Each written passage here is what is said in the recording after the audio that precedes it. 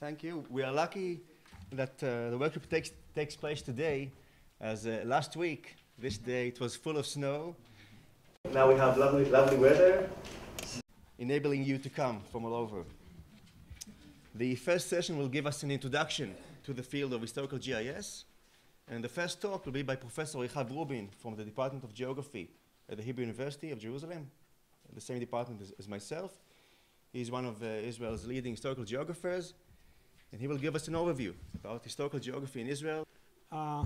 Thank you, Noam, and good morning, everybody. I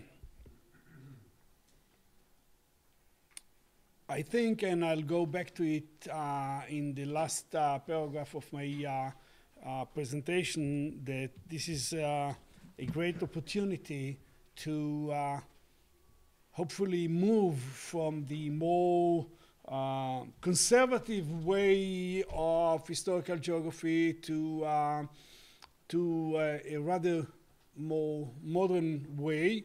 And when I prepared this presentation, I found myself, unfortunately, belong to the old way. So I'll try to describe things from this perspective. When we try to define historical geography as a subfield in geography, we should probably follow Kant, who is often quoted saying that history is the science of time, while geography is the science of space. And hence, historical geography is the study of space and places in it within a defined period of time. If we accept this definition, then one of the basic questions of historical geography should be where exactly is the location in which certain events occurred in a certain period of time, and of course, why they occurred then and there. Applying this question to this country, Israel, Palestine, the Holy Land, would in the first place be to identify geographically certain place names that were mentioned in the Bible or in other historical sources. The earliest study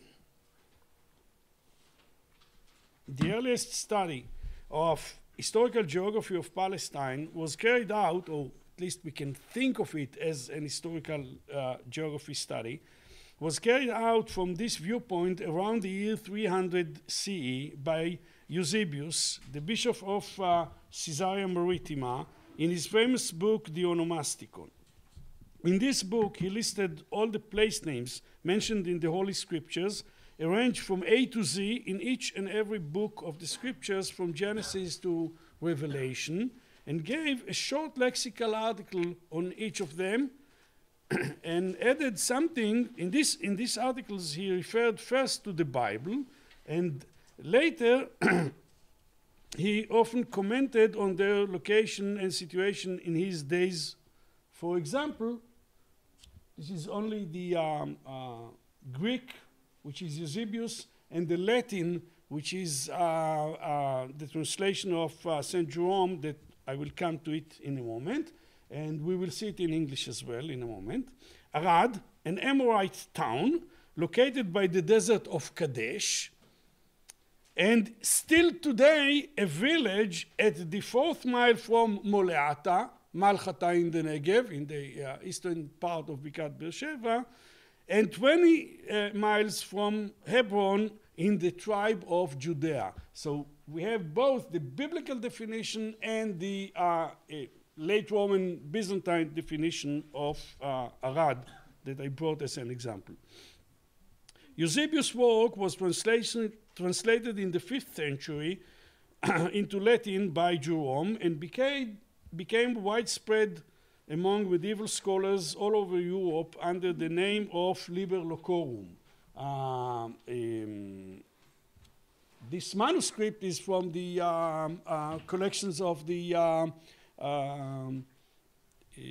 National Library, presenting St. Jerome and his favorite dog sitting in his study and writing something. He wrote so many books, so we have to really to presume that this is when he wrote the Liber Locorum. Nobody can, of course, say that. I should probably comment that a modern scientific edition was published in Greek and Latin in Leipzig 1904, and two different English translations were published in 2003 and 2005, and you can see both of them, and I think that I brought the translation also to English of the same Rad. The upper one is a surprise version, bringing Greek, Latin, and English, and the lower one is the other translation, bringing only a translation of the Greek and the Latin straight to English. The onomasticon, in its Latin form of liber locorum, had a great influence on medieval Christian scholarship. However, in this period, in medieval times, the study of the Holy Land was almost entirely abstract. Centuries later, during the Renaissance and the age of humanism, European scholars used it as the basis of their work on what they called Geographica Sacra, the sacred geography, referring to the Holy Land, which was a common term for treatises on the history and geography of the Holy Land. In these works, scholars who were well versed in the scriptures and in classical sources strove to define the specific locations of the many places mentioned in these sources. We can refer, for example, to my favorite is Christian van Adrichom, who in 1590 published a large book about the Holy Land called Theatrum Terrae Sanctae et Biblicorum Historiorum. He arranged in his book from A to Z, this time from Asher to Zabulon, and listed the place names in each tribe also from A to Z. Following the old model of Eusebius Jerome, he added a multitude of information from later periods. He also added a series of maps of each tribe, included a large map of Terra Promissionis, dotted with numerous biblical sites. For example, if we will go to the details, this is the Red Sea, or the Gulf of Suez in modern terminology, and the route of the wanderings in the desert, the 40 years of wandering, and in order to put the 40 stations of the wanderings, he meandered, the route is meandering all around. This is, for example, Mount Carmel, with Elijah standing here next to the altar, and here killing the priest of the Baal, and okay, and you can see so many examples of these many traditions, biblical and Christians, on Adrichom's map. Adrichom was not alone in this field of scholarship. A short while before him, Benedictus Arius Montanus prepared a large study of the Holy Land as part of his Biblia Polyglotta, and similar works were published soon by others. The book by Thomas Fuller, London 1650, entitled by the symbolic title A Pisgah Site of Palestine. Pisgah is, of course, the Hebrew biblical name of Mount Nebo, presenting probably himself or his reading like Moses standing from abroad, from far away, and looking at the land of Israel from Mount Nebo. And he added a large map and many other maps of the allotments of the tribes. You can see his map, the Jordan coming from the dried up lake of Hula, which is partly reflooded these days. The Jordan this non-realistic arch that the Jordan River is making was very common on many books. The Sea of Galilee and the Jordan going down all the way to the Dead Sea, with the 4 destroyed city of Sodom and Gomorrah burning like large bonfires, the Mediterranean shore, and the allotments of the tribes cut here. So this is Thomas Fuller's example. Adriano Srilandi published his book in 1714, and many more. And his book is also has many maps in it. And the most famous among the French is Augustin Calmet, who wrote this dictionary of the Holy Scriptures that was first published in 1711 and was translated into, besides the French, Latin, German, Italian, English, and maybe other languages that I'm not aware of.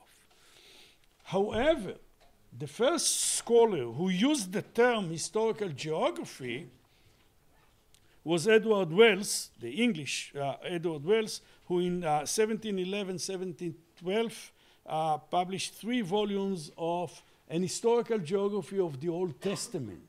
And you can see that modern editions are still being published. This is the title page of the first edition, probably the first, I'm not sure even. And modern editions are still being published today. In 1799, Napoleon led a military campaign from Egypt along the eastern coast of the Mediterranean and failed, as we all know, to conquer Acre. Following this event, Palestine drew considerable attention in the European public sphere. Napoleon's engineers prepared a map of Palestine, which formed the last part of the large map of Egypt, altogether in 47 sheets, and added the geographical aspect to the geopolitics of this region. Moreover, in the years to come, during the 19th century, important changes gradually occurred in the Turkish Empire and especially in the Levant. Among these, I will mention only some of them, were improvements in the level of security and inequality of transportation, the opening of European consulates, and more. All of these facilitated the journey and encouraged Western scholars to embark upon research expeditions in both numbers and scope, which had not been witnessed before. The first 2 German travelers of the 19th century were the German Setzen and the Swiss Johann Ludwig Burckhardt, who only passed through Palestine on the way from Syria to Egypt. Actually, both had much further ideas. Setzen tried to reach Mecca, and Burckhardt wanted to go along the Nile southbound in order to find the sources of the Nile, much before the Stanley Livingstone affair. However, both died while they were still on the mission. Setzen died somewhere in Arabia, we don't know exactly where, and Burckhardt died in Cairo. However, their systematic work set high standard to future travelers who followed them later. Each of them kept a detailed diary. They measured sites and created sketch maps. They collected specimens of almost everything they encountered: geological, botanical, zoological samples, as well as manuscripts and artifacts were sent back home, and thus, although both had died while still on their mission, their achievements were published later by others. From the viewpoint of historical geography, the most prominent traveler was probably Edward Robinson. Robinson, an American professor of theology and Semitic languages, traveled with Eli Smith, a missionary from Beirut who was well versed in Arabic. Together, they traveled in 1839 from Egypt across Sinai to Aqaba, and from there throughout the whole country from its southern tip to the north. Their findings were described in a book called Biblical Researches in Palestine, which was published in both English and German. 10 years later, they returned on a second voyage, which was described in a second book named Later Biblical Researches in Palestine, and in some of the later editions, you will find them together in a three volumes set. Robinson's contribution to historical geography of Palestine was enormous, and he is regarded by many as the founder of modern biblical geography. Throughout his travels, he paid close attention to the Arabic place names and identified them with biblical names. His method was based on the phonetical and philological principles. Thus, he identified the Arabic Bir al-Sabba with biblical Beersheba, Ta'anuk with Ta'anach in the Israel Valley, Jenin with Ein Ganim, etc. Robinson was also well aware of the biblical context. He did, of course, make some mistakes, some of them very peculiar. He put Kadesh Barnea in the northern Arava instead of the western side of the Negev on the border of Sinai, and some other very peculiar mistakes, but many of his identifications still stand today. About 20 years later, during the 1870s, a significant advance was made when two large-scale surveys were carried out. The first was carried out by the team sent by the Palestine Exploration Fund, an organization which was founded in London in 1865, especially for the study of Palestine and its surrounding areas. The team was led by Claude Renier-Conder and by Horatio Kitchener, which later was very famous in Egypt and Sudan, two young officers of the Royal Engineers who measured the country from Tyre to Beersheba, created a detailed map in the scale of an inch to a mile,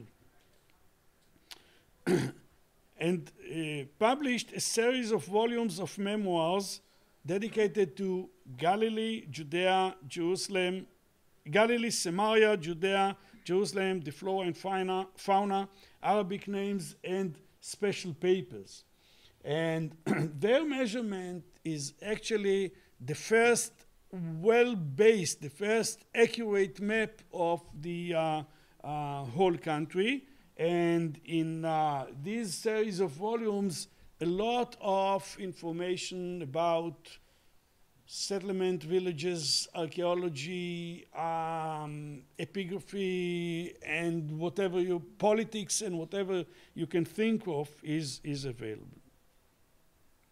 The second large-scale survey was made almost solely by this French nobleman, Victor Guérin, who also surveyed the country through and through. Both Conder-Kitchener and Guérin paid a strict and careful attention to the archaeological remains and to the identification of ancient place names, using Robinson's methodology and improving it. Guérin added also the use of Catholic traditions documented by the Franciscan friars, and often included critical discussions about them. We can take a quick look at the survey of Western Palestine of the area northeast of Jerusalem. Jerusalem is here, and we will take a closer look at this area, and we will find how they identified Mahmas with biblical Michmash, Jabba with Geva, and Anata with Anatot, the hometown of the famous prophet Jeremiah. Due to Robinson's methodology and recent findings of these surveys, biblical geography flourished during the first half of the 20th century. The leading names were the three A's: Albrecht Alt, the German Albrecht Alt, the French Dominican father Abel, and the American William Foxwell Albright. Each and every one of them is a great name in the archaeology and biblical geography of this country.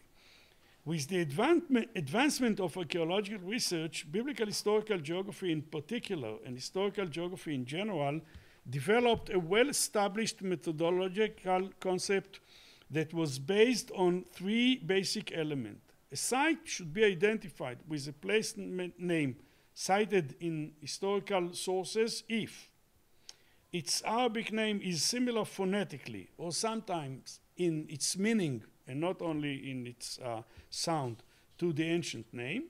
There are archaeological remains from the relevant period, and it is located in accordance to the geographical situation that is described in the sources. It should be, if the Bible describes a site on top of the mountain, it should be on the top of the mountain, and if it is in the valley, it should be in the valley or near the seashore, etc. With the development of Jewish-Israeli academic research, the two leading scholars who were also the two A's appeared on the stage. These were Michael Aviona and Yochanan Aharoni. Both were involved in the composition of the historical atlases that known in Hebrew as the Atlas Carta, and in English the Macmillan Bible Atlas, that turned to be a standard reference work for every student of the Holy Land and Bible all over the world. And both had published the works or books that were entitled Historical Geography. Yochanan Aharoni wrote his book, The Land of the Bible, a historical geography on the biblical period, and Aviona, his book is The Holy Land and Historical Geography from the Persian to the Arab conquest, and he is well known, at least in Israel, for being the creator of the model of Jerusalem in Second Temple period that for many years was near the Holy Land Hotel and is now in the Israeli Museum. However, both perceived historical geography as a combination between geography, which was defined in their book as a static element, the unchanged stage upon which history, which is the dynamic element, staged the ever-changing play of the human past. Thus, classical historical geography in Israel was conceived as a systematic study which strove to locate the sites of the ancient places, identify the ancient names, and create a modern map designating their location. In 1970, Yoshua Ben Aryeh published an article in which he criticized this methodology, claiming basically that geography is not and never was a static element. He suggested a different approach to historical geography, an approach which he called geographical historical geography, or historical geography of geographers. Although he was a former student of Aviona and Aharoni, he had been educated as a geographer. He therefore strove to understand and explain the significance of remains from the past within the context of present landscape. He started with the Bet Guvrin caves and then the Sea of Galilee and many more, and not necessarily within archaeological context. He soon broadened his scope of the research to the reconstruction of past periods and places, to the analysis of geographical issues as transportation, settlement, and population in the past and more. And he himself dedicated much of his research to the 19th century and later to the 20th century, to the British Mandate period. In order to do so, he borrowed from methodologies of the British Clifford Darby, the American Carl Sauer, Andrew Clark, and many others. Ben-Arieh was not only a scholar, but also an academic leader, and he led a large group of students, many of them, including me, if I may, turned to be scholars in Israeli University. Ben-Arieh's new methodological approach, which focused on the study of geographical elements in past periods in historical geography, was thus adopted and developed in Israel. The new and growing group has been working for many years side by side with the group of the archaeological historical geographers, and which also continue to produce important works. Both of these groups continue to work using a common title, historical geography, yet going in quite different directions. Some of the works that historical geographers from Ben-Arieh's school published dealt with smaller or with specific type of settlement, such as the works of Ran Aronson, who is sitting there, and Yossi Ben-Arzi on Moshavot. Some worked on medium scale, like Ruth Kark work on Jaffa and Jerusalem, yet others worked on a regional basis and covered the scope of several hundred years, like mine about the ancient Negev towns. Most of the research was conducted examining a cross-section during a certain period, although the vertical diachronic section is considered, of course, as an accepted approach as well. Most of the research that was done so far in this group was carried out, as I said in the beginning, by conservative methods: archival studies, field surveys, analysis of old maps and documents, air photographs, etc. I think that we are more than ready for a new generation of scholars and studies which will adopt new methodologies, HGIS being one of them, probably a leading one between them, which will instill new energy in our group. I was therefore glad to accept Noam Levin's invitation to give this paper, and I'm looking forward to gaining new insights in this workshop. Thank you. I'm pleased to invite Professor Ian Gregory, Professor of Digital Humanities in Lancaster University, the UK. He wrote several textbooks about historical GIS, which you may know, and he's one of the leading persons in the UK in this approach. Thank you very much for that. Thank you for inviting me. This looks like it's going to be a really interesting meeting, a really interesting workshop. So what I'm going to do in this talk is give a fairly technically based overview about what GIS is and what I think it has to offer to history, study of history, and perhaps to the humanities more generally. And I suspect David Bodenhamer afterwards is going to come at the same kind of issues, but much more from a humanities-based approach rather than the technical approach that I'm going to give. So when we're thinking about GIS and what it has to offer to history, there's probably two different ways that we can approach the question. We can approach it from, if you like, a bottom-up approach, which thinks about what the technology is and how it models the world and how perhaps these can be applied to the study of history. And we can think at it much more from a top-down approach, which asks the question about what does this have to offer to history and to the humanities more generally. And I'm going to try and give a quick run through both of those in this talk. I'm going to introduce quite a lot of the technical jargon as well, which if you're familiar with GIS, you may already know, but if you're not, I hope will be helpful. But at the same time, I'm going to try not to be too technical about things. So starting with the bottom-up approach, the technology-based approach. If we're going to think about what GIS is, Geographical Information Systems are, then the first thing we really have to think about is what is geographical information?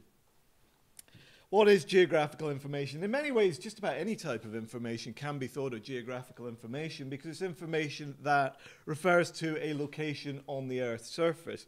But really, if it's going to be geographical information, I think it's fair to say that the thing we have to be interested in is how it varies across the Earth's surface, whether it's on a very local scale, like a city, or whether it's on a much broader scale, like a continent, or maybe even the whole world.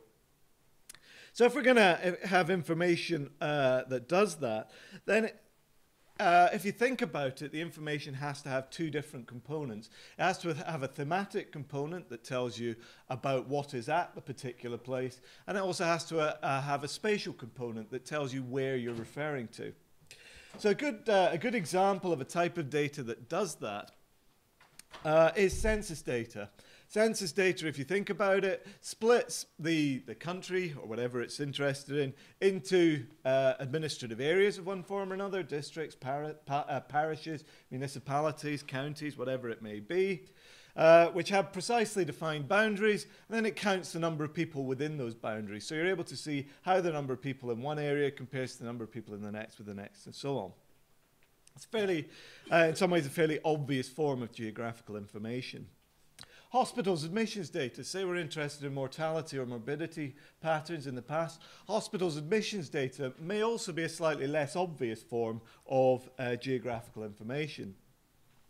If you have more than one hospital, you know where those hospitals are. So you're then able to say how the admissions, or perhaps the numbers of deaths, number of people with certain types of illnesses, how the different admissions at different hospitals give you an insight into how disease patterns or mortality patterns varied across the city or the country that you're interested in. Another example might be relief data, data on heights which come from contours. The contours join lines of equal heights, so where the contours run is the spatial side, and the thematic side is simply how high these places are. Transport networks are another example. Where the transport networks run, and perhaps information on the type of road, the flow of traffic down it, those sorts of things would give you your thematic side. Those four are, if you like, the fairly traditional forms of geographical information. If we're interested in history, or we're interested in the humanities, then we also need to include perhaps more complicated, more difficult types of sources as well. I'll be saying a little bit about these later. So most humanities sources are actually based around texts. And texts can also be thought of as geographical information, because if the texts have information about specific places, so they have place names in it, then those place names are giving you information about the spatial side, and what they're saying about those places gives you information about the thematic side. Similarly, and lastly, a collection of photographs or a collection of paintings of buildings might also be geographical information. If we know where those photographs were taken either from or of, that gives you a spatial side, and the photographs or paintings themselves gives you a thematic side. So it's this link between both having the thematic side and the spatial side that helps us to define geographical information. So a geographical information system is simply a software tool that allows us to model information in that type of format. Three ways of thinking about it. The simplest and most basic is perhaps as a type of software. It's a type of software that has all the functionality of a database management system, so something like Microsoft Access or even something as basic as Excel. But it also adds the functionality to manipulate the spatial component. So in other words, it's effectively a combination between a database management system and a computer mapping system. And that provides us with a toolkit of things that we can do with data in this format. The toolkit allows us to do things like manipulate data spatially, so calculate distances and adjacencies, change projections, integrate data from disparate sources. It allows us to do things like analyze the data spatially, so taking into account how close things are to each other as an explicit part of our analysis. And it also allows us to visualize data. GIS involves a lot of mapping, but it also can involve more other forms of visualization, so things like tables, graphs, animations, virtual landscapes, and that sort of thing. And those two things together really allow GIS, or GIS science as it's sometimes referred to be an approach to exploring data, exploring topics both in conventional ways, but also geographically as well. And doing that's kind of a challenge, because what you're doing is taking a technology that was devised very much in the earth sciences, in the military, and in areas like that, and applying that to the study of history. And that's quite a challenge, and that involves a certain amount of imagination from the researcher, because what you have to be able to do is to take into account both the advantages of the limitations of using geographical information or geographical information systems, types of software on the one hand, but also the traditions of history or whatever humanities disciplines you're working in the other, and bringing those together. And that's not always as easy as it might sound. So just to work through in a little bit more detail what a geographical information system actually involves having. Within a geographical information system, uniquely for what makes a geographical information system unique then is the fact that we have two types of data stored for each item in our database, and the item can be anything from a row of statistical data to, as I've said, something like images or textual data or whatever. But we have two types of information for each feature within that database. The first is the conventional type attribute data, which says what the feature is, and so that might be our statistics, our text, or whatever. But the second is spatial data, as it's referred to, and that says where the feature is. And that's always based around coordinates. Without getting too much into the technicalities of it, that can come in two forms, so-called vector data, which are either points, lines, or polygons, which are used to represent things like administrative units, areas of one form or another. And on the other hand, we have raster data, which is used to represent a continuous surface. I'll give examples of those two in a minute, but there's just a couple more types of bits of jargon that I guess I need to introduce on the way. The first, I'm trying to keep the jargon down, but there's a little bit that really needs to be there. The first is so-called geo-referencing or geo-referenced data. Spatial data has, to make it useful, has to have some sort of real-world coordinate system under it. So geo-referenced data simply means that the spatial data has something like latitude and longitude, or universal transverse Mercator projections, British National Grid, whatever it might be, but some form of real-world projections, real-world coordinate system, real-world projection system associated with it. There are two real sets of reasons why that's important. For the first set of reasons is it allows things like distances, areas, and so on to be calculated in real-world units like meters or miles or kilometers or whatever it might be. The second is, if you've got real-world coordinate systems under one data set and a real-world coordinate system under another data set, then you know where features on the two data sets lie in relation to each other. So you can integrate the data simply based around the fact that we have these coordinate systems there. So that's geo-referenced data. It simply means that we have real-world coordinate systems associated with our data. The second thing that we need to know about is layers, which a layer is basically to a GIS what a table is to a database management system. Data on different themes are stored in separate layers, and each layer is geo-referenced, and that allows us, as I'll talk a little bit more about, to build up complex models of the real world from bringing together quite widely disparate sources of data. So this is an example of some raster data. It's for the area around Hastings on the south coast of England. Hastings is famous because it's the site of the most famous battle in English history, 1066, when the Normans were basically French, but the English don't like the idea they were invaded by the French, so they called them Normans instead. The French came over and invaded England in 1066. And this, we were approached by a TV company quite a few years ago now to use GIS to try and mock up and model the battle site. And this is where we started. It might look like a rather unpromising promising place to start, but it's what's called a digital terrain model, or a raster layer of data for the area around Hastings. Basically, the way this works, although it looks like a map of relief of height, the way this works is the study area is broken down into small pixels. Each pixel is about 50 meters by 50 meters. And for each pixel, we have a single numeric value, which gives the height of that pixel. It's Ordnance Survey data. That's the Britain's National Mapping Agency. And the way this data has been shaded, we've got doesn't show up very well under this projector, but we've got a blue area down here.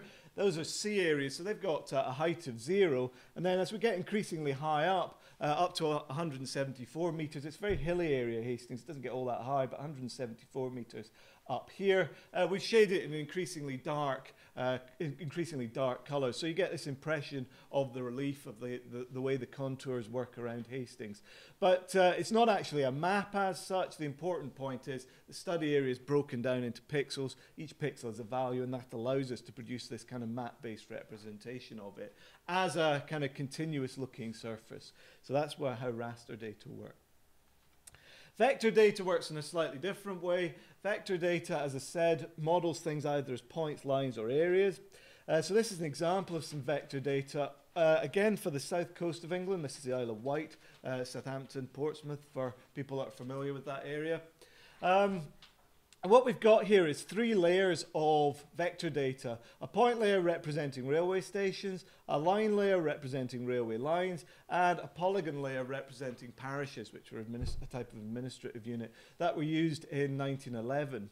And for 2 of those over here, I have examples of the attribute data that's associated with them. So with the railway stations, we have a certain amount of information on each station, such as a station name, stored as in tabular form.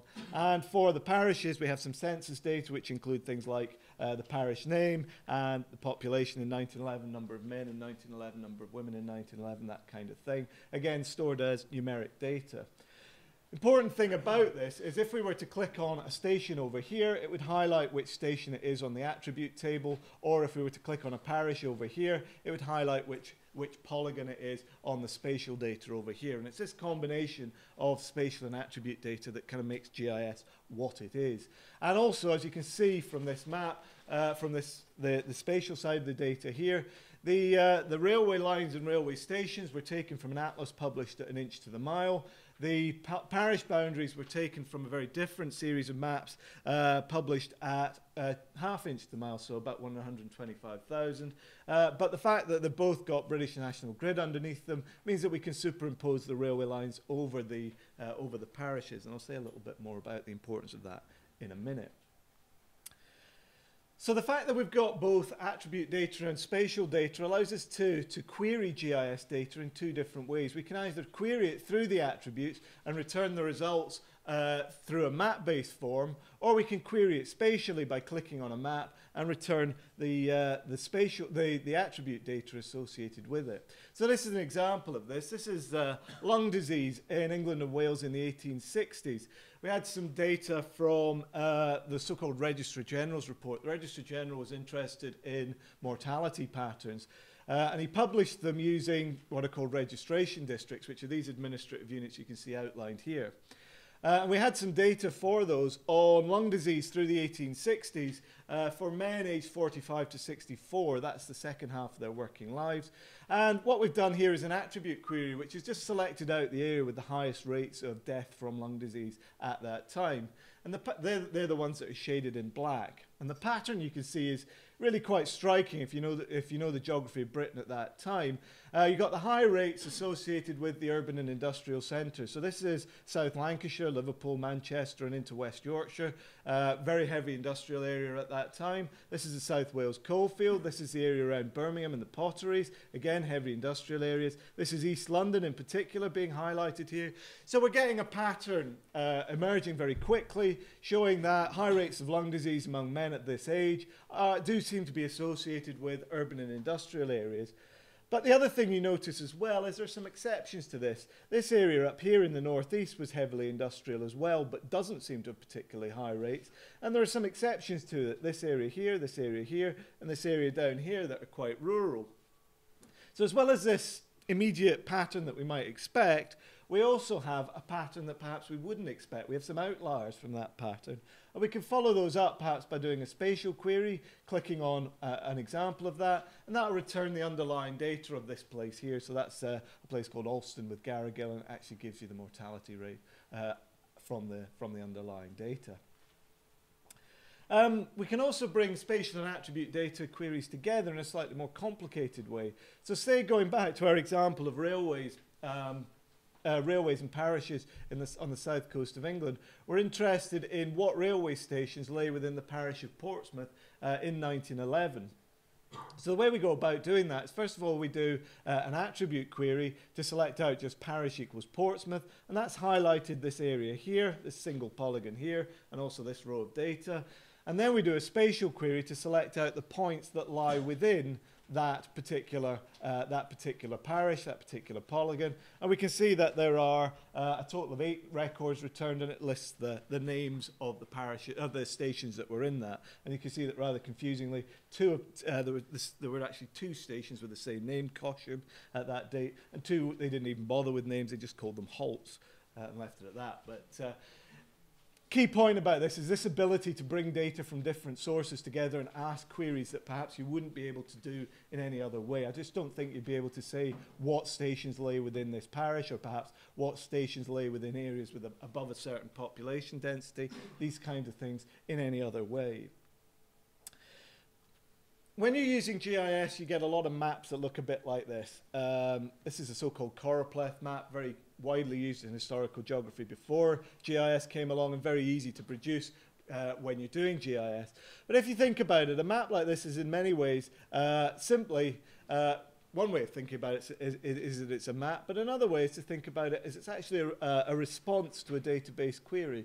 Because what it's done is said, it's this lung disease map again. It's selected out all of the parishes with a mortality rate of above 58, and it shaded them in purple. Then it's selected out all of the parishes with mortality rates between 38 and 58, shaded them red, and so on and so forth. And from there, we just get a bit more detail of what we had earlier, of high rates being found, particularly urban and industrial. And what we can see from this is much more that lower rates are very much associated with the more rural parts of the country. But it's as much a database query as it is a map, and that's quite an important point to think about when you're working with GIS.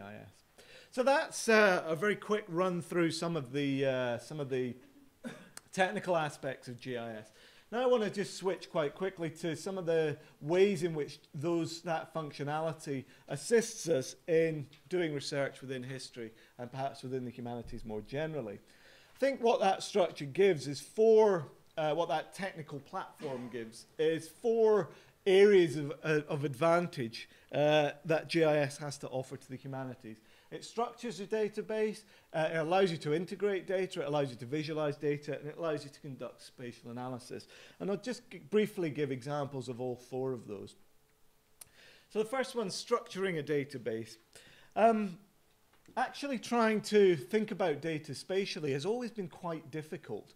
If you think about the old days where perhaps you'd have a map in a book, well, typically the map was very small. Sometimes it was stuck in as a foldout at the back of the book. Very hard to move from the information that's within the more conventional book-based form and the map itself.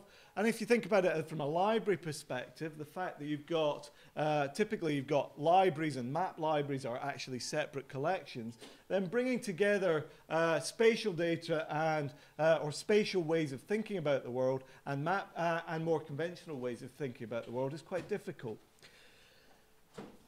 The way GIS allows you to structure data, it lets you get past that. And this is one example of doing that. It's a so-called Staffordshire Past-Track project, which was a project done by Staffordshire County Council. Staffordshire's a county in England just north of Birmingham. It's traditionally quite an industrial area, Stafford, Stoke, the so-called potteries region. A lot of ceramics were made there through the 19th and early 20th century.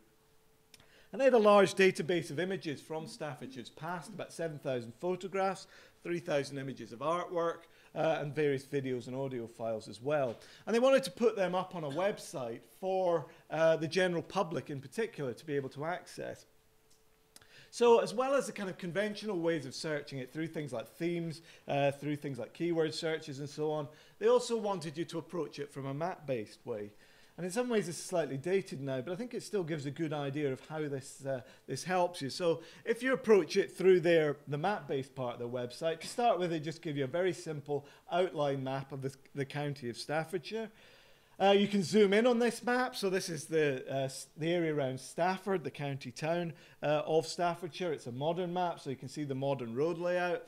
And you'll also see that superimposed over the map, there are 1 kilometre grid squares shaded from dark reds down to unshaded.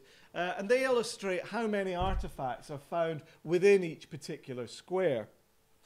So say, you can see there's a lot centred around Stafford itself from this. So say we zoom in hard on the centre of Stafford. This is a map of what Stafford looks like now. It's been quite extensively redeveloped in the 60s and 70s. Big roads been pushed in, which wasn't there previously. So they also include a historical map to show you what it was like before the redevelopments took place. This would be an ordnance survey map from the late 19th century. But then critically, what they'll also allow you to do is explore the artifacts that were found in that area at that time. So these are a list of the images associated with particular themes, where you got thumbnail images and metadata from that. And then if you click on one of those, it'll give you a bit more information about it. So this is an image of a fire in a glue factory that took place in 1901. And this is an image of a medal awarded to the fire brigade as a result of some of the events that took place around that fire. So you're able to query the database through conventional ways of going about it. So for instance, I'm interested in the fire brigade, but also through map-based ways. So I'm interested in what happened in Stafford. Maybe I'm interested in what happened near Stafford. I'm interested in what happened in other towns. These kind of things. And you're able to bring these together to structure the data and query the data in ways which traditional technologies, traditional database technologies wouldn't allow you to do. Data integration, I've already spoken a little bit about that from a technical point of view, but thinking about what that has to mean to the humanities, this is from Bertrand MacDonald and Fiona Black's work in 2000. They're Canadian scholars, and they're interested in the history of the book, the spread of literacy in particular.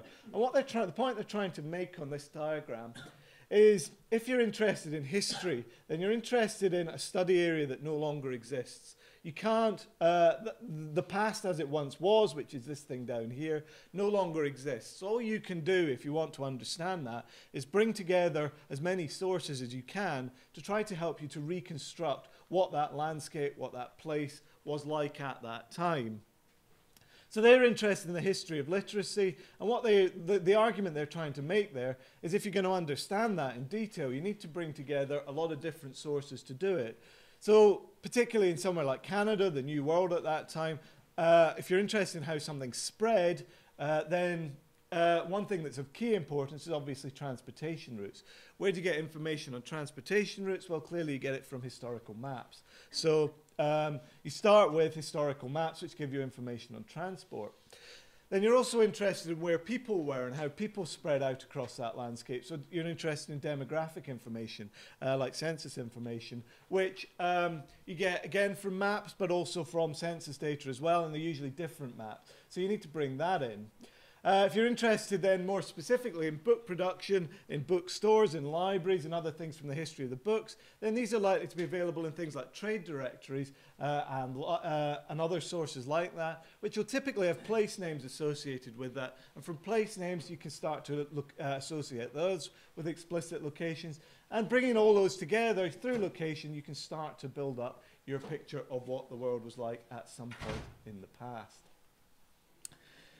Data visualization, as I said, lots of maps like this. If you're using GIS, particularly with quantitative sources, you start to see lots of maps like this. This is a map of infant mortality in England and Wales in the 1900s. Very high rates in urban and industrial areas, shaded in green. Very low rates, or much lower rates anyway, in rural areas. The high rates shaded in red, the lower rates shaded in green. When we produced this map, we were interested in contrasting the extremes, so we shaded those dark. kind of intermediate areas are shaded in light. They still, in yellow, they still had rates of about 150 per 1,000, which means about 1 birth in 6 ended in the baby dying before its first birthday. So very high rates even then. We're interested in this because it started to decline afterwards. But you get a very clear pattern of what's going on from that sort of map.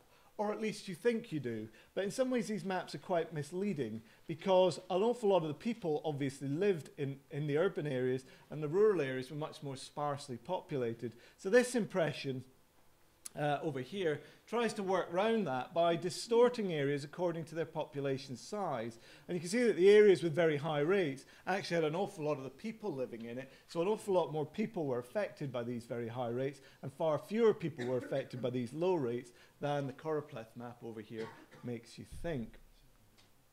GIS isn't just about choropleth maps, it's also about other types of visualizations, virtual landscapes, fly-throughs, that sort of thing.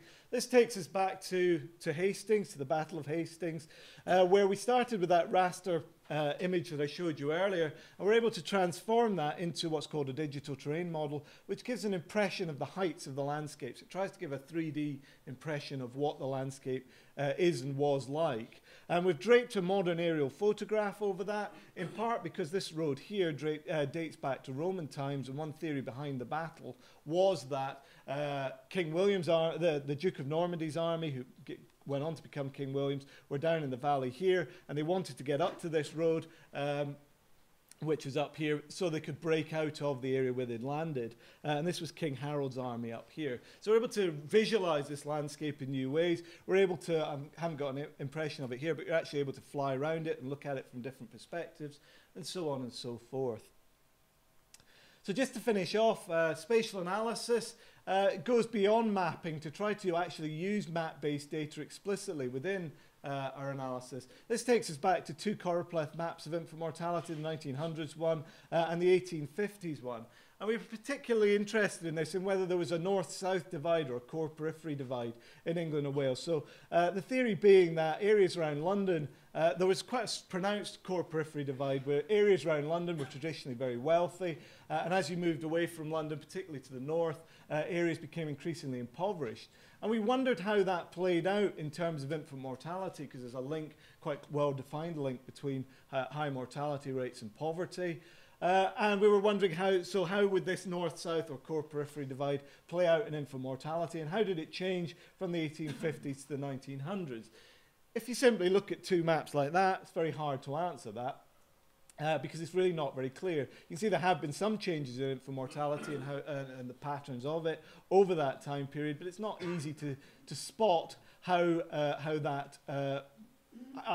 how those changed, how the changes played out, or how those related to a core-periphery divide. So what these 2 maps try and do is just smooth that pattern out based on distance from London. Idea being that if you have a core-periphery divide, then the core should be good, and as you move away from London, you should get progressively worse. And actually, you can see by the 1900s, that's pretty much true. London's got quite average rates. In fact, that's a bit misleading. It's got some of the best and some of the worst. But once we move away from London, we have some of the best rates. It gets increasingly worse until we get to about here, where you get to some of the worst areas. In the 1850s, you don't get anything like as pronounced a pattern. So what's kind of interesting about that is as transport improved with the development of the railways over this period, you're actually getting a more pronounced core-periphery divide playing out in health effects than we had previously.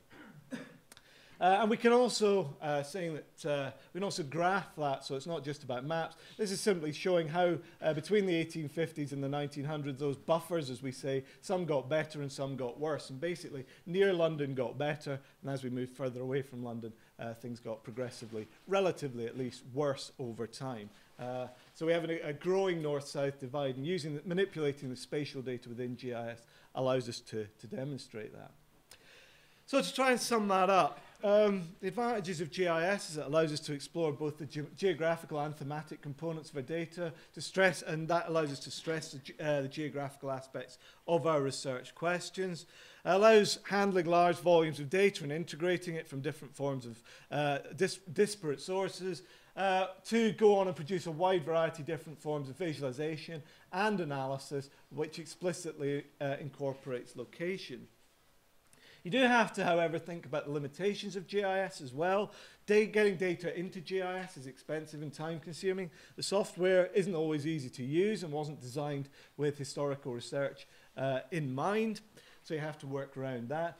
And GIS is very good at showing spatial relationships, but it doesn't really generally provide explanations for those relationships. So you still need, although it's good at posing questions, actually answering those questions tends to rely on us falling back on traditional scholarship.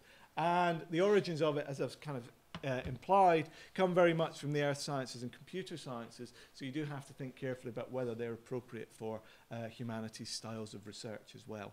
Thank you very much. Thank you very much, Ian.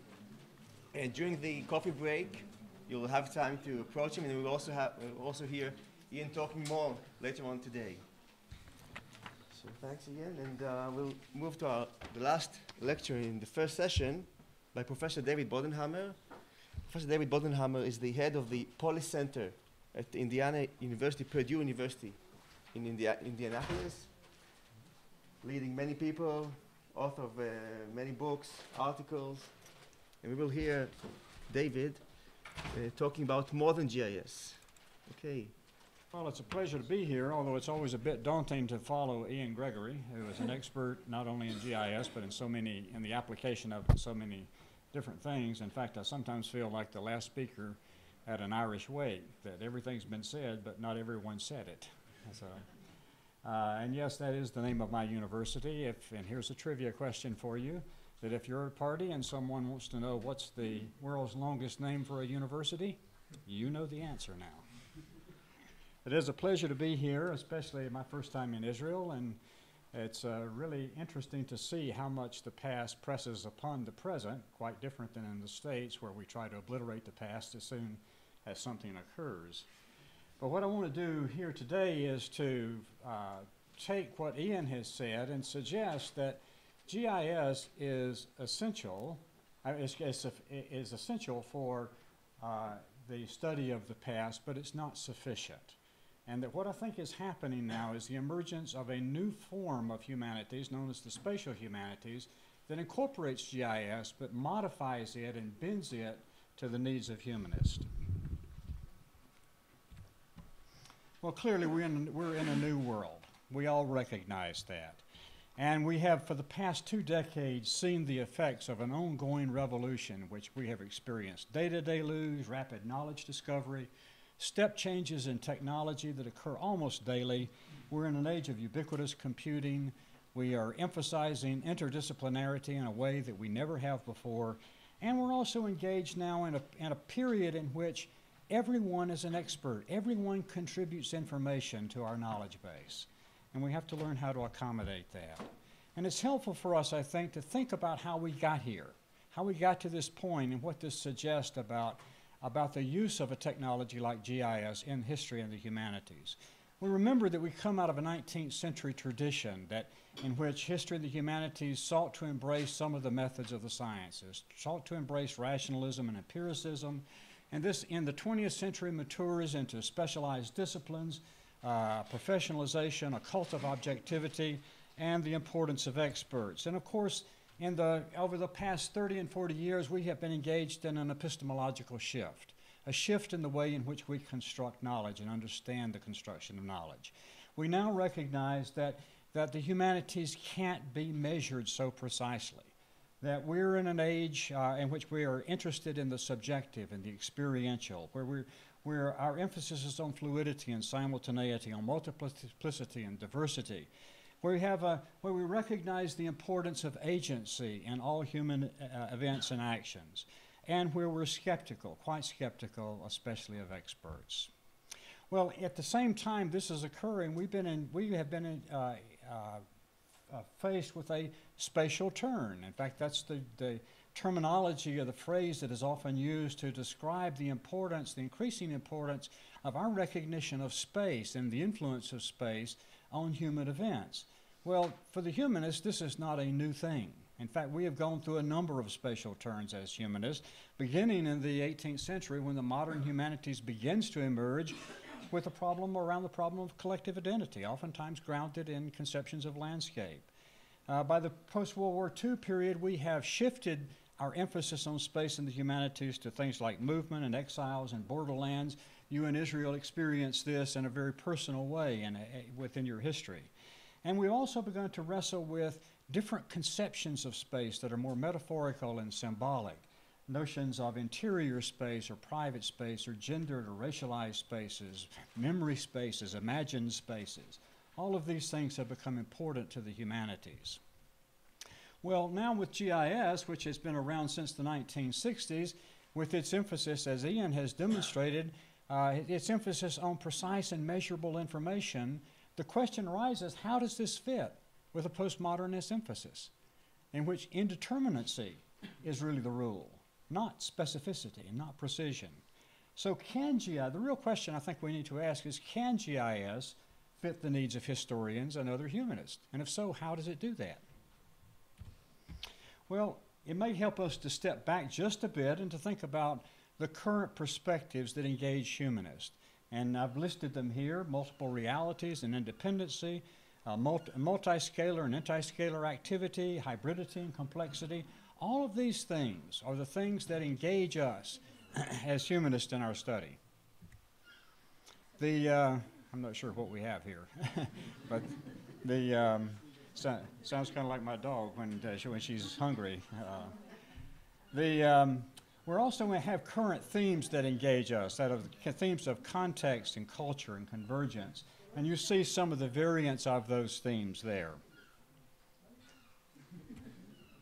And here I want to focus on the theme of convergence to explain how it is that we are moving towards something that I have called spatial humanities. And I want to talk about the convergence that is occurring in 4 different areas: in e-sciences and digital humanities, in GIS, and especially its application to history and the humanities, and in Web 2.0. I think all of these things, the developments in all of these things, are essential into leading us into an entirely new field in which we find GIS, but we find GIS at the core, but we don't find it as a sufficient tool for the things that we need to do. So let's talk first just briefly about e-science, and I really break it down into e-science 1.0 and 2.0. And e-science is the European term. The American term is that awkward term cyber infrastructure, in which we had focused especially in the 1970s and 80s on the creation of digital libraries. That continues, of course, and all of this is for the preservation, access, and exchange of data. And we've seen the results of that. You know, when I first began my scholarly work, I would visit the archives and I would visit the library on a regular basis. And I find that I rarely darken the doors now because I can get virtually everything I need from my current work at my desktop. Now, of course, e-science means grid-based collaboration, and you can see the various ways in which this collaboration is occurring, both in terms of technical collaboration and procedural and scholarly, as well as the ICT and discipline and domain collaborations that we experience daily in our work. In the digital humanities, the other of these areas in which we find a maturity and that is going to lead to this convergence, we have a particular expression of this e-science in the creation of digital databases and scholarly editions and new tools for humanists, new centers and new positions. I don't know how it is in Israel, but in American universities, the hottest field for humanists to be in is digital history or digital humanities. In fact, we at my university are now hiring another person in digital humanities, and we find that the 3 people that we have chosen to invite to campus have 4 other interviews each, and that's unheard of in the humanities these days. And the results of this have been pretty remarkable. We've seen a number of scholarly editions and databases that come out of this. Some of them seem to me quite central, and others really are quite perhaps esoteric and appealing to only a few scholars, such as the Medieval Crop Yields database. I can't imagine many people using that one. But also some very popular projects in the U.S. There was a project known as the Valley of the Shadow project that provided access especially to public school students as well as to scholars on a vast array of information about the Civil War, looking at 2 contiguous counties, one in Virginia and one in Pennsylvania. during the 5-year period that constituted the Civil War. And it allowed, there were 10 million users of this system by the time it finally was archived and placed offline.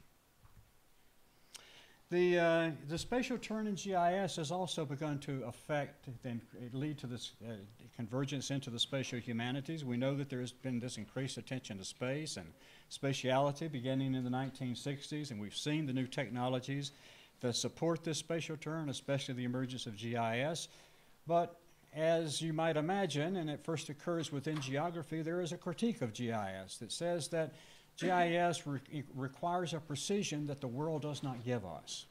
It requires that data be measurable, and it be measured and remeasured in precisely the same way so that we can then take it and turn it into a map, so that we can analyze it spatially. Well, of course, for the humanists will say, as well as did those people who come out of the social critique of GIS, say that that's not the way the world operates. The world is filled with ambiguity. It's filled with contradiction.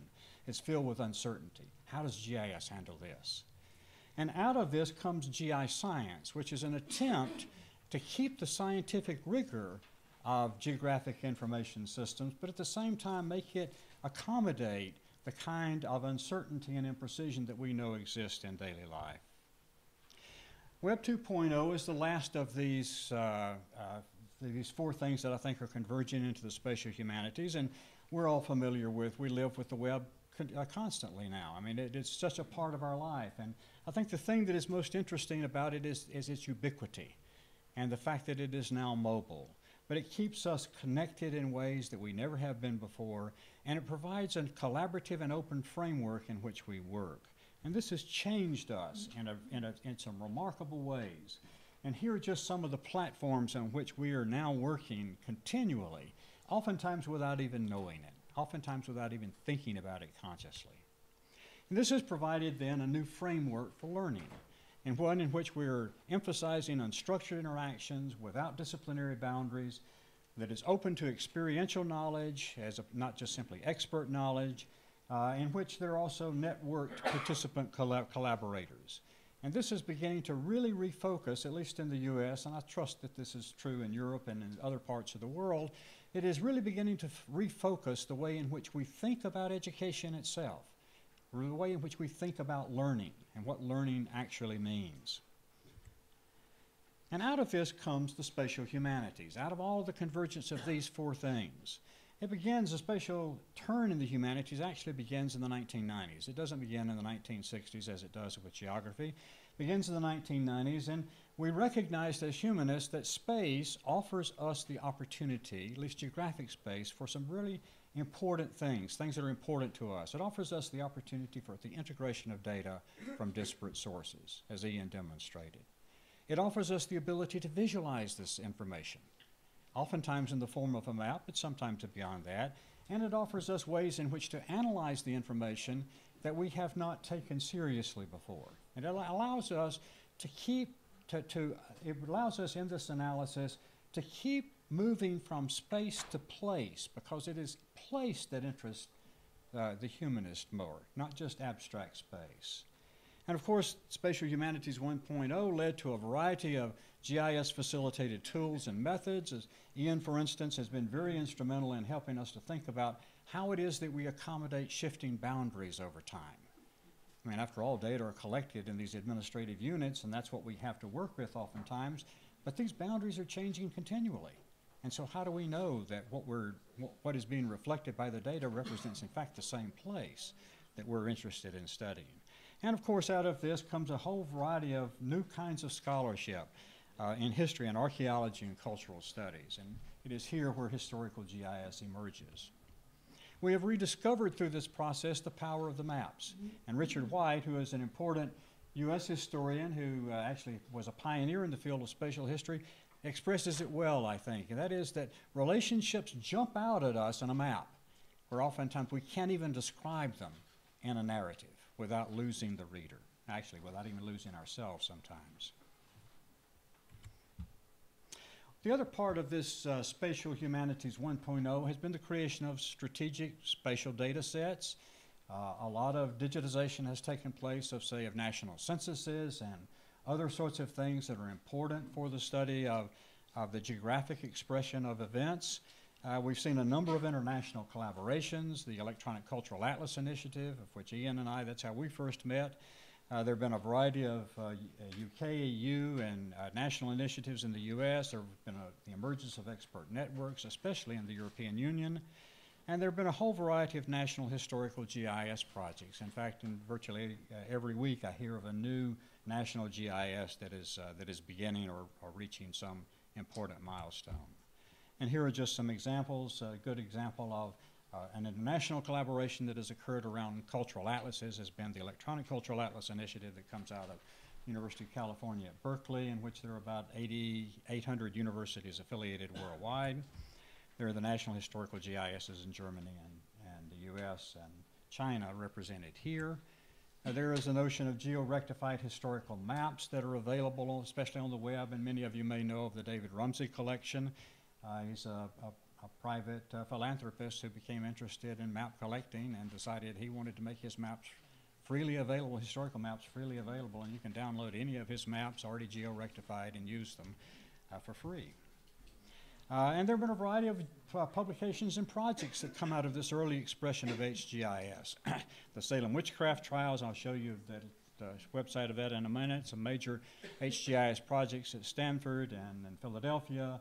The Holocaust Project, which you'll hear from Ann Knowles about this afternoon, and a variety of major publications and conferences in HGIS and the spatial humanities. And here is one of the early attempts to take GIS data and apply it to a well-known historical problem.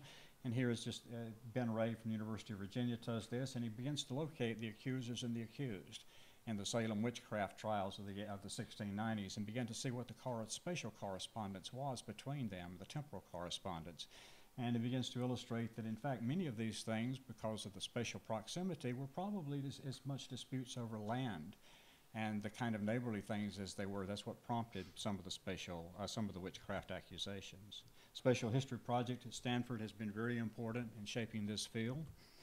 But the critique of historical GIS begins to grow, especially in the late 1990s and the early part of the 21st century. And it really centers around the same sort of critique that geographers made about GIS in the 1970s and 1980s that led to the social theoretical critique of GIS. And that is that what happens here is mostly mapping. This is really spatial primitives, putting a point on a map and calling it, or giving a polygon. And the second critique is it requires a great deal of technical expertise to be able to use this information effectively and use these technologies effectively. These are lengthy projects. They're even what seems to be the most simple historical problem, when you try to move it into a GIS environment, becomes very difficult, and it becomes difficult to sustain this. And the sustaining is not simply your interest in the project, it's the collaboration that it requires. And in fact, that collaboration becomes a major barrier, as we'll see in a moment.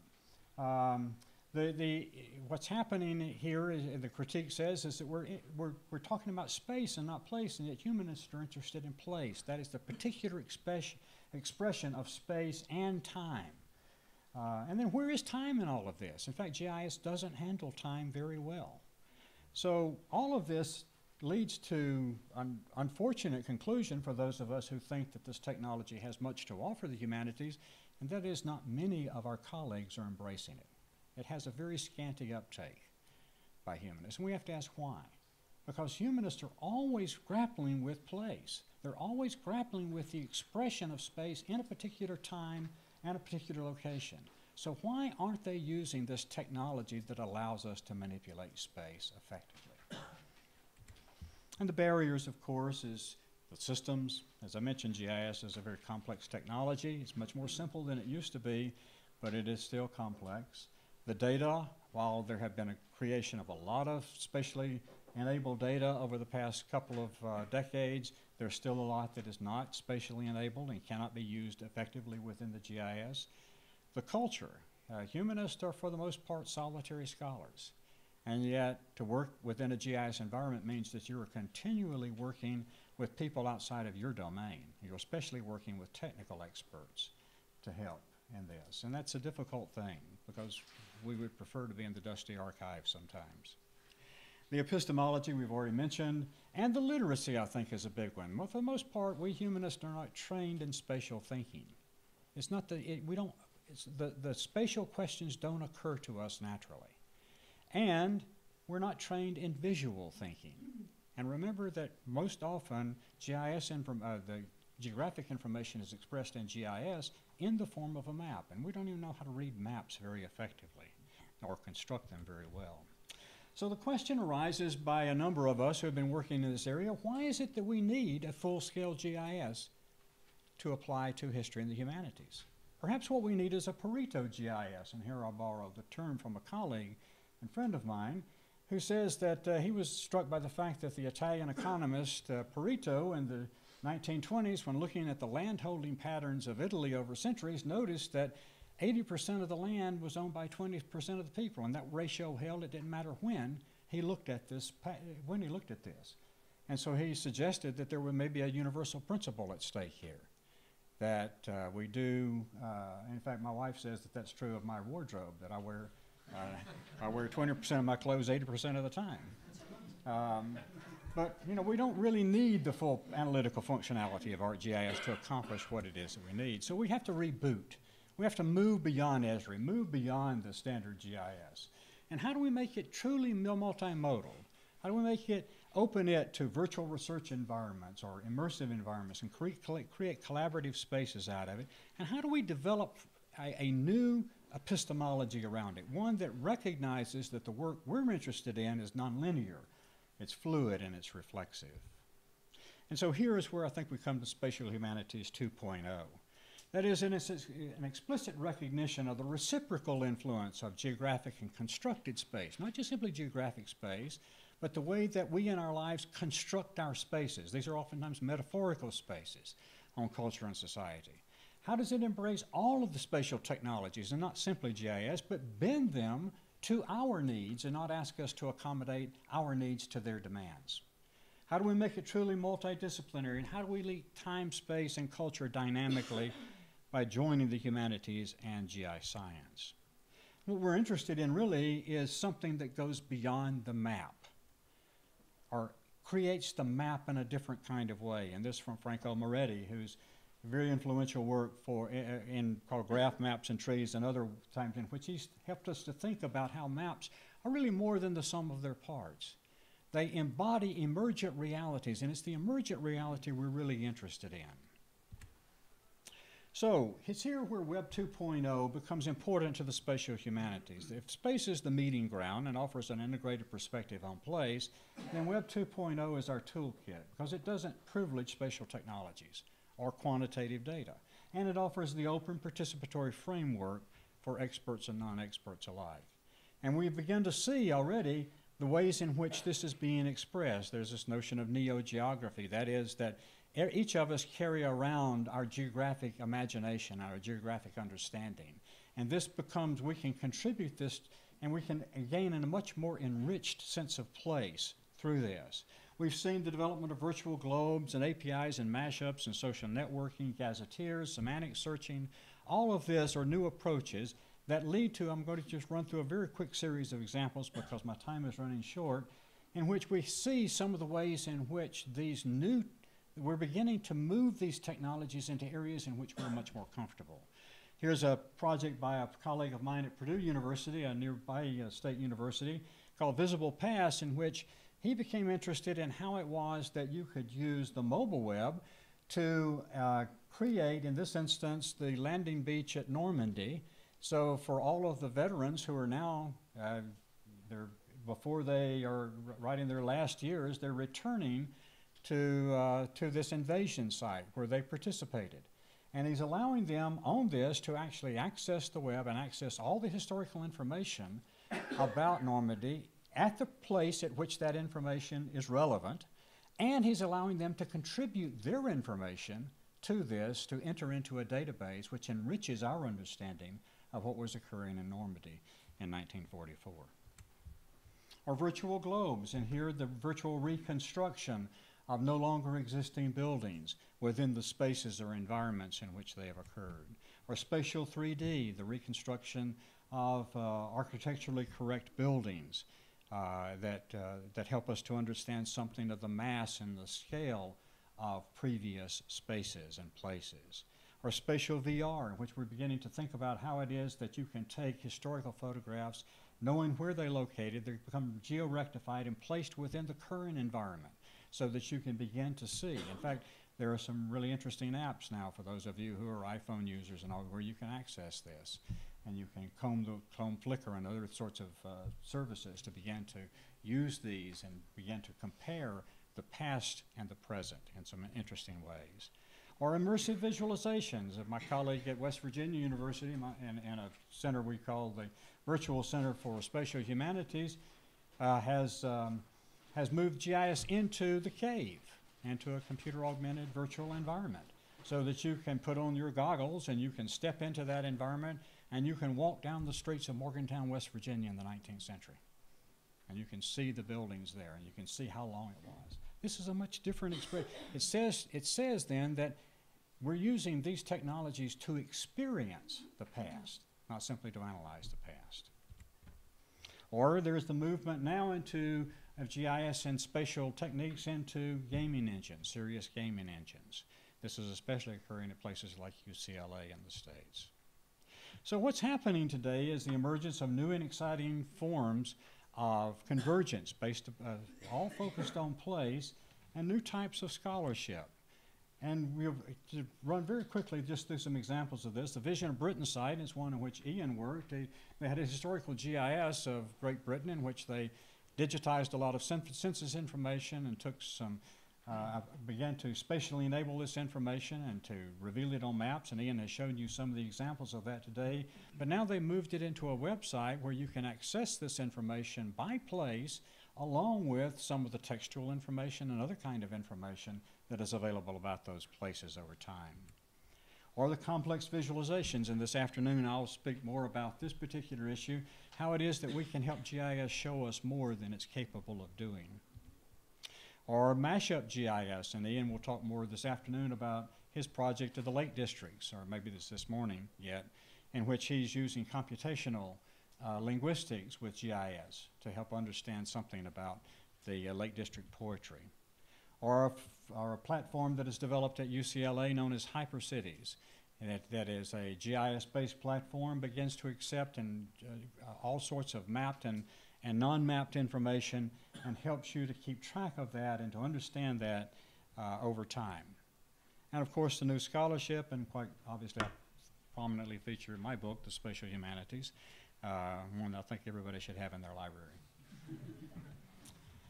New forms of scholarship that are coming. That is how it is that we blend all of this together in ways that are acceptable within the academy.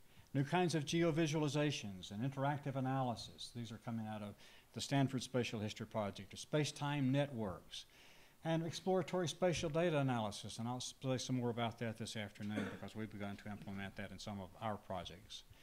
Notions of spatial complexity that we weren't able to grapple with before.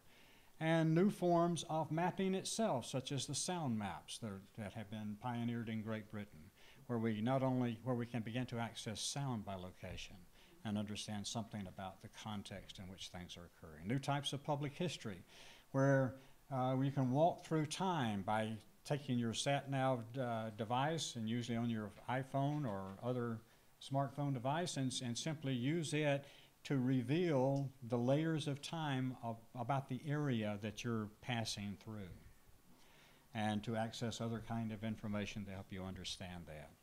Contributed memories. There are a number of sites now, this one from New York City, where people are contributing their memories of locations. This is different than just simply mapping something that comes from an administrative data set. Well, this I think is leading us then into a much richer, much more multimodal form of space in the humanities, and it offering us some really interesting opportunities, I think, for life paths and spatial analysis, spatial narratives, for networks, for virtual reality and gaming, and for deep mappings, and that's something more I'll talk more about this afternoon. And the new vision that I think is emerging is that we're creating collaboratories, new types of collaboratories that allow us to not simply retrieve information, but to always keep it in a spatial context. and for the purpose of building hypotheses, because these are prompting new questions, allowing us to create flexible narration, not so that we have an expert narrative, but so we have multiple narratives. That's what we're really interested in, because it reveals the complications of the world, the complexities of the world. We're going to talk more this afternoon, something about deep mapping, but really it's a multi-scalar, multi-agent approach to all of this, with a goal to reveal the contingent and the complex context of events and actions at every scale over time.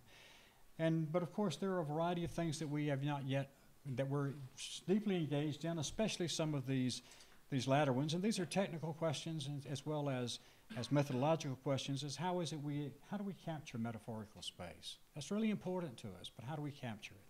How do we enable deep contingency? That is, we recognize that every action is the choice among a variety of possible actions. We know the choice, but how do we know what the possibilities were? How do we expose those in this environment? And then how do we understand the situatedness of the narrator in all of this? We're coming to the end.